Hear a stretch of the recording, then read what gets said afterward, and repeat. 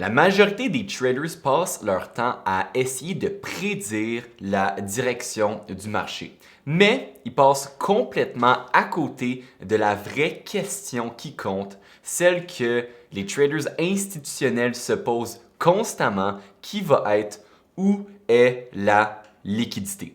Parce que le marché, on parle fondamentalement, va pas se déplacer vers où les traders pensent qu'il va aller. Le marché se déplace vers où se trouve la liquidité et c'est aussi simple que ça. Alors dans cette vidéo, je vais t'expliquer ce que c'est la liquidité, comment ça fonctionne et surtout comment l'utiliser concrètement dans ta lecture du marché. Alors on va devoir commencer par la base. La liquidité, dans le contexte du trading, c'est la capacité d'acheter ou de vendre un actif au prix désiré sans provoquer un mouvement de prix important. Plus qu'un marché va être liquide, plus qu'il y a d'acheteurs et de vendeurs disponibles à tout moment. Et en général, plus qu'il y a de liquidité, plus que le prix va être stable. Et le premier indicateur de liquidité que tu vois directement sur ta plateforme, c'est ce qu'on appelle le spread. Alors le spread, ça va être la différence entre le prix bid et le prix ask. Alors, qu'est-ce que je veux dire par là? On a premièrement le bid. Le bid, ça va être le prix auquel les acheteurs sont prêts à acheter. Ça va être le prix que tu obtiens quand finalement tu vends au marché. Et tu vas le voir sur ta plateforme, le bid. Ensuite, il y a le ask. Le ask, c'est le prix auquel les vendeurs sont prêts à vendre. Alors, c'est le prix que tu payes quand tu achètes finalement au marché. Et là, on va avoir le spread. Le spread, pour garder ça le plus simple possible, va être la différence finalement entre les deux. Et sur un marché très liquide, comme par exemple le ES ou le NQ, le spread va être assez minuscule. On parle en général de quelques ticks seulement. Mais sur un marché qui est très peu liquide, le spread peut devenir assez immense et là, ça peut devenir très important. Alors, quand finalement tu achètes au marché, tu payes le ask. Et quand tu vends au marché, tu reçois le bid. Et le spread, ça va être un peu le coût invisible que tu payes à chaque fois que tu prends un trade. Et sur un marché illiquide, je l'ai mentionné un peu plus tôt, mais sur un marché qui est peu liquide, le coût du spread peut être assez significatif avant même que finalement le trade commence à aller dans ta direction. Et ça va être la première raison pourquoi la liquidité, c'est important. C'est tout au niveau de l'exécution finalement de ton trade. Mais c'est loin d'être la raison la plus importante du pourquoi que finalement on doit vraiment comprendre comment fonctionne la liquidité. Alors, voici ce que la majorité des traders ne comprennent pas.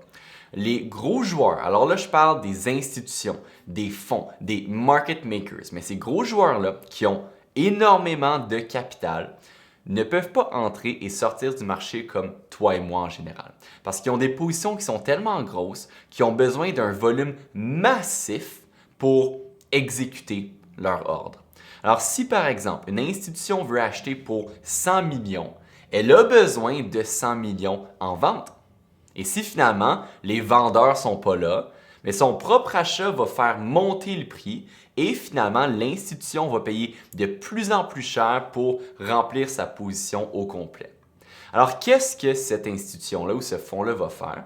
Elle va aller chercher la liquidité où la liquidité se trouve.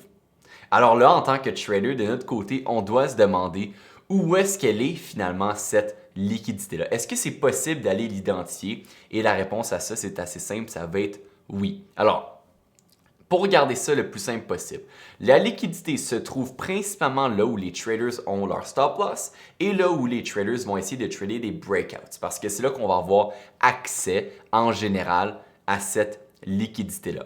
Et ça veut donc dire, en général, et là je simplifie un peu, là, mais ça veut dire souvent au-dessus de haut important et en dessous de bas important, si finalement tu viens analyser ton graphique. Alors pourquoi est-ce que c'est là que finalement on va avoir la majorité de notre liquidité? Mais premièrement, c'est là que beaucoup vont mettre leur stop loss. Alors on parle en haut de haut important, où est-ce qu'on va avoir des stop loss de vendeurs, qui vont donc être des positions d'achat. On se rappelle, si finalement je vends, je mets mon stop loss, le stop loss va être mon invalidation et ça va être où est-ce que je vais sortir de mon trade. Alors, si je pour sortir en perte, qui va être le stop loss, mais si je sors en perte d'un trade short, alors d'une vente, je vais devoir racheter. Alors, on a donc des stop loss qui sont des positions d'achat en haut de hauts importants. Et au contraire, en bas des bas importants, on va avoir les stop loss des acheteurs qui vont donc être des positions de vente, qui est le contraire exactement. Maintenant, deuxièmement, c'est également à ces niveaux-là que beaucoup de traders vont essayer de prendre un breakout, de trader finalement le breakout ou le breakdown finalement à la baisse. Alors, lorsque le prix brise un haut important, qu'est-ce qui va se passer? Beaucoup vont se mettre à acheter, mais au mauvais moment. Et lorsque le prix brise un bas important, beaucoup vont commencer à vendre, mais au mauvais moment. Pourquoi? Mais c'est parce qu'ils ont, en général, là, appris à trader le breakout. Et en général, ça fait en sorte qu'ils vont acheter très haut et ils vont vendre très bas. Et ça, dès que tu commences à avoir un petit peu d'expérience, un peu de connaissance, tu commences à comprendre que c'est rarement les bons moments pour vendre ou pour acheter. Alors, qu'est-ce qui se passe? Ces traders-là viennent encore une fois offrir cette liquidité en ayant acheté le plus haut possible avec les stop loss d'achat, comme on a mentionné il y a quelques instants. Et ils vont également vendre le plus bas possible avec les stop loss de vente.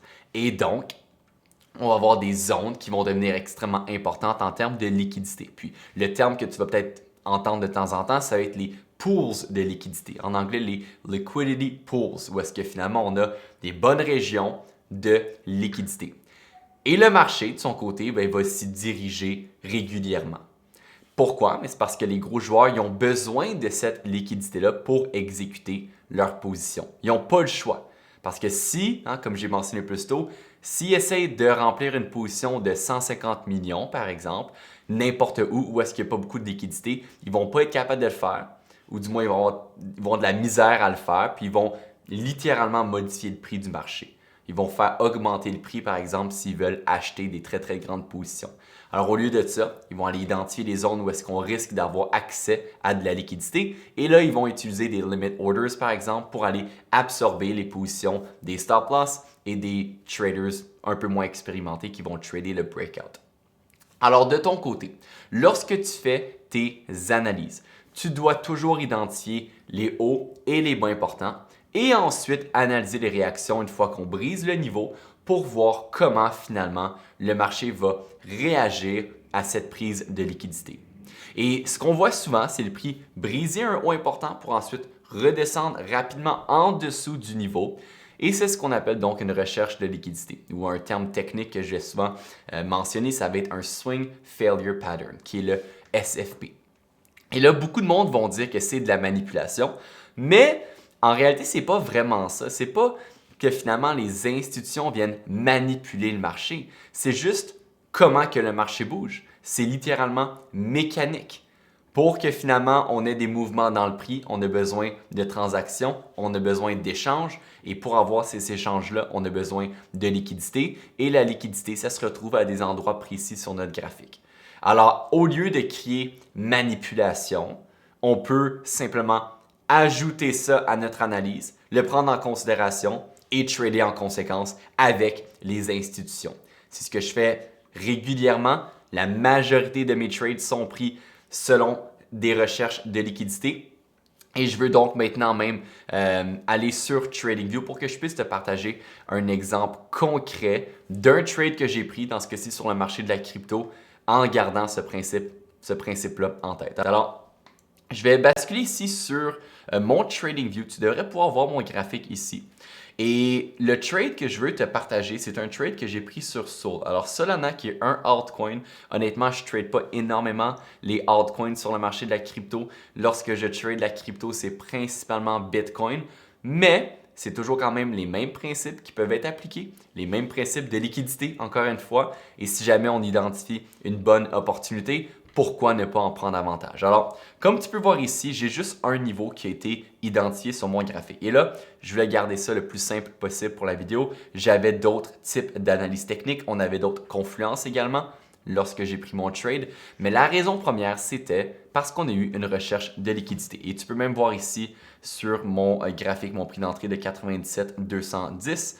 Disons que le trade est en excellent profit. J'ai réalisé des profits, mais ça a été un très bon trade gagnant. Mais pourquoi est-ce que j'ai pris ce trade-là? Mais comme tu peux voir, je me répète, mais j'ai identifié à l'avance le pivot d'environ 97 068, qui est un haut important. Alors, je reconnais, lorsque je fais finalement mon analyse, que depuis finalement les derniers mois, dernières semaines, on va avoir énormément de liquidité par-dessus ce haut-là. Pourquoi? Parce que c'est le dernier haut le plus important et je sais qu'on va avoir des stop loss qui vont se retrouver ici. Et je sais également que lorsque le prix va briser le niveau, on va avoir une grande majorité de traders amateurs qui vont se dire j'ai maintenant un breakout, alors j'achète. J'achète.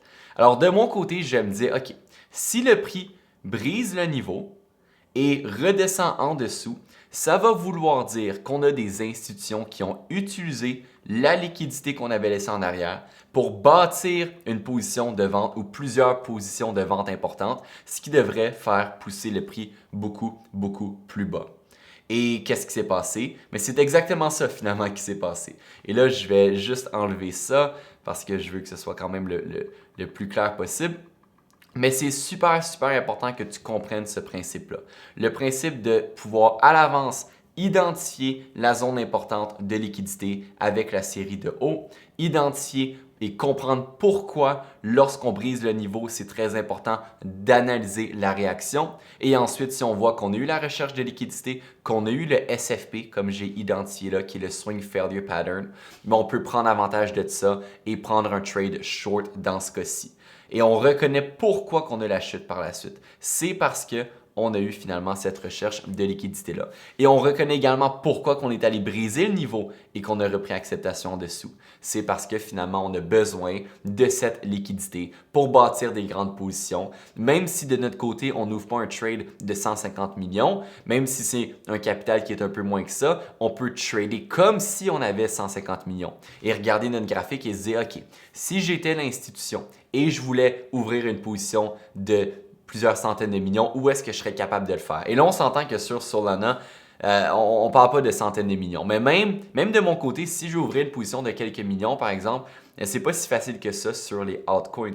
J'ai pas le choix d'ensuite regarder où se trouve la liquidité. Est-ce que je peux avoir accès à cette liquidité-là? Et si c'est le cas, je peux prendre le trade. Et là, si on veut augmenter un peu plus notre taux de réussite, par rapport à ce genre de trade-là. C'est là qu'on va utiliser d'autres types d'analyse. C'est là qu'on va ajouter des niveaux horizontaux, des niveaux Fibonacci par exemple, et principalement, on va analyser le flux d'ordre. Alors, on va utiliser par exemple des graphiques footprint et on va rentrer à l'intérieur de chaque bougie et on va voir, OK, qui est en train d'acheter en ce moment, qui est en train de vendre, qu'est-ce que les institutions font pour de vrai, est-ce que la liquidité est consommée ou non. Et là, ça va augmenter notre taux de réussite naturellement et ça va améliorer notre compréhension de ce qui se passe sur le marché.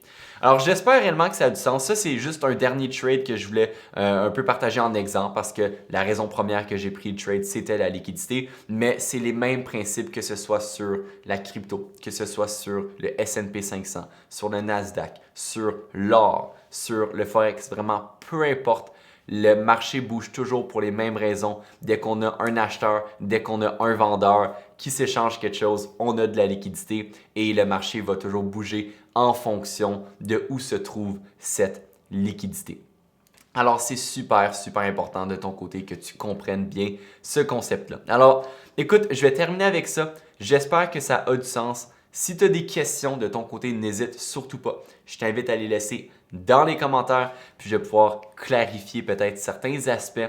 Maintenant, si de ton côté, tu as peut-être un peu de misère en ce moment à réellement atteindre la constance dans ton trading, mais on peut absolument t'aider. Ici à JB Trading, on aide justement les traders qui sont inconstants à passer au prochain niveau. Alors, si tu veux avoir un peu plus d'infos sur comment on fonctionne, nos programmes, nos méthodes, je t'invite à cliquer sur le lien dans la description. Ça va te permettre d'avoir plus d'infos et de réserver un appel directement avec moi ou avec un membre de mon équipe pour qu'on puisse regarder ensemble ta situation puis voir si on peut t'aider davantage. Alors sur ça, je te souhaite une excellente fin de journée, un excellent trading. Au revoir.